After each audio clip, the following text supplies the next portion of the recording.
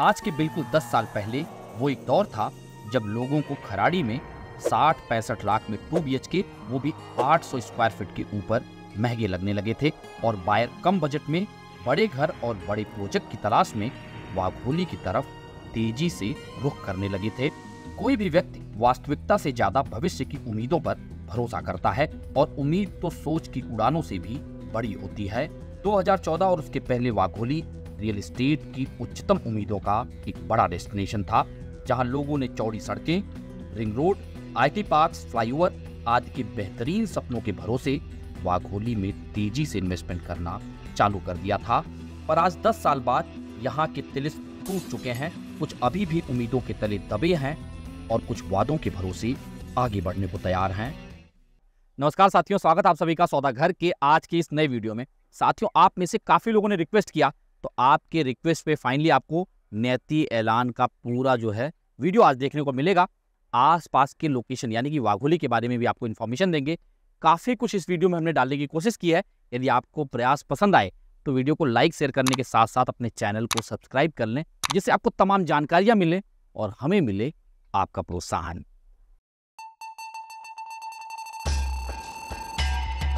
आइए सबसे पहले आपको इसके जियोग्राफी को बता देते हैं। नियति ऐलान प्रोजेक्ट वाघोली के बकोरी रोड पर JSPM कॉलेज से लगकर मौजूद है।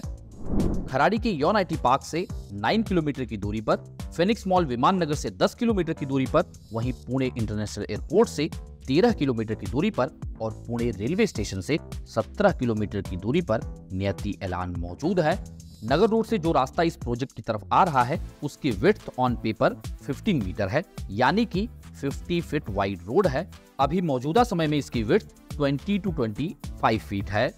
यही रास्ता आगे बढ़कर बकोरी गांव तक जाता है, जिसकी वजह से इसे बकोरी रोड के नाम से जाना जाता है। इसी रोड पर नगर रोड से 600 मीटर की दूरी पर आने पर इस प्रोजेक्ट की शुरुआत हो जाती है।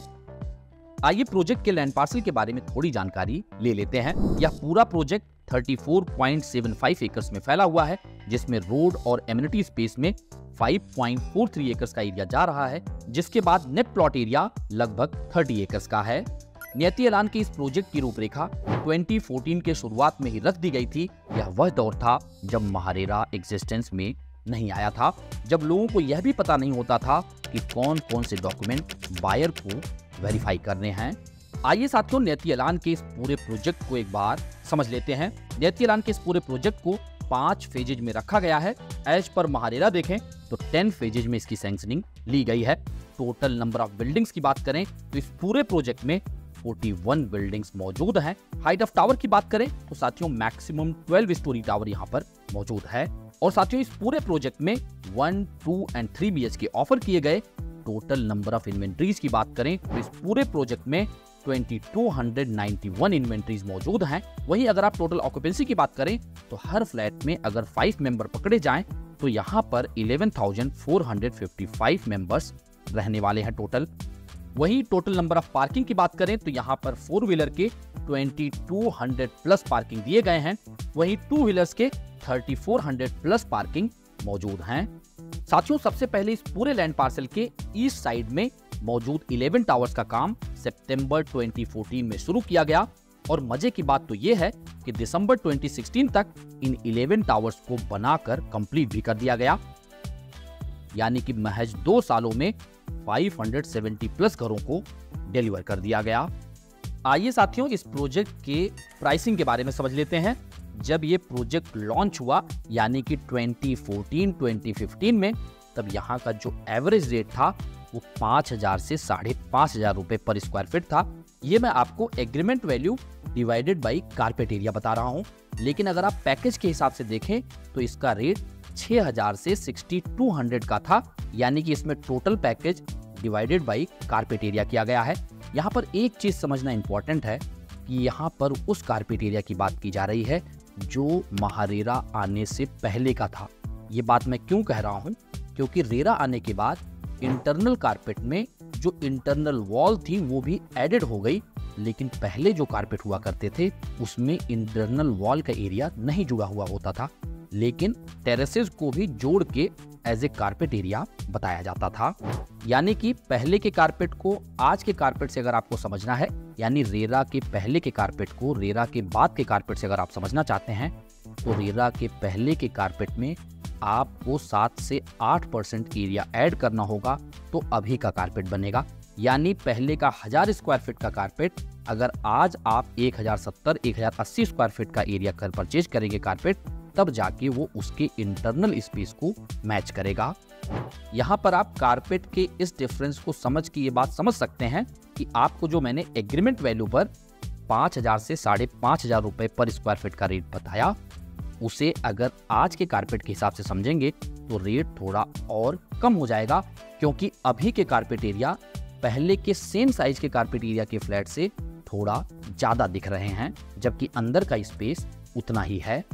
अगर आप आगे प्राइसिंग को समझें तो 2016 से लेके टिल कोविड तक इसके रेट में बहुत ज्यादा फर्क नहीं देखा गया। स्लाइट डिफरेंस जरूर हुआ था, लेकिन कोविड के बाद इसमें शार्प इंक्रीज हुआ। आज के रेट में अगर आप देखेंगे तो वहां पे जो प्रॉपर्टी पहले बेची गई उसमें 20 से 25% का एप्रिसिएशन हुआ, यानी कि over the period of time every year 4 to 5% का एप्रिसिएशन देखा गया। यहाँ पे अगर आप देखें तो इस प्रोजेक्ट की बिल्ड क्वालिटी अच्छी थी, वैल्यू फॉर मनी प्रोडक्ट था, लेकिन इसका सबसे नेगेटिव पार्ट था इसका लोकेशन।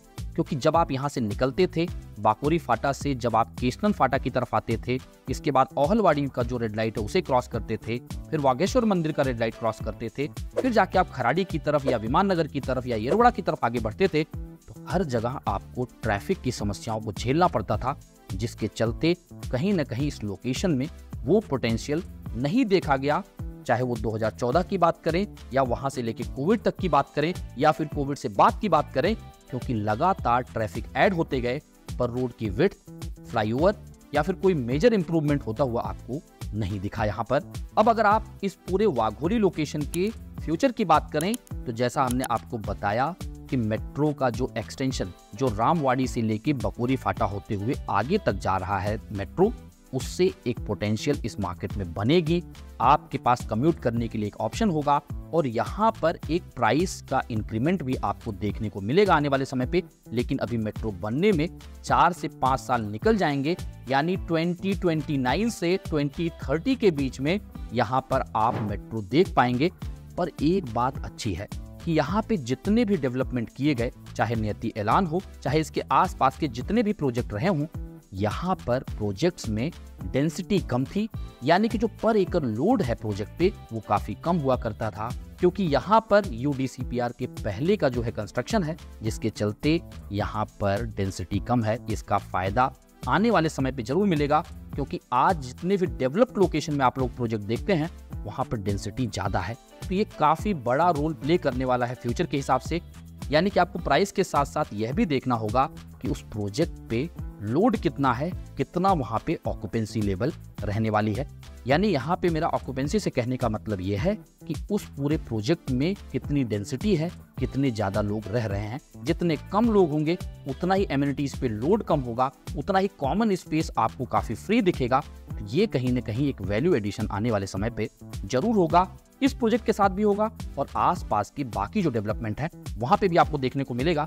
यानी वाघोली में एक जो अच्छा समय है वो 4 से 5 साल के बाद आपको देखने को मिलेगा। एक जो लैकिंग पार्ट है वो ये है कि यहाँ पे कोई बड़े आईटी पार्क, कोई बड़ा प्लेग्राउंड या फिर कोई ऐसी एमिनिटीज डेवलप नहीं हो पाई जो कि होना चाहिए था, जो इस पूरे रियल एस्टेट मार्केट को काफी अच्छा सपोर्ट सिस्टम प्रोवाइड करता।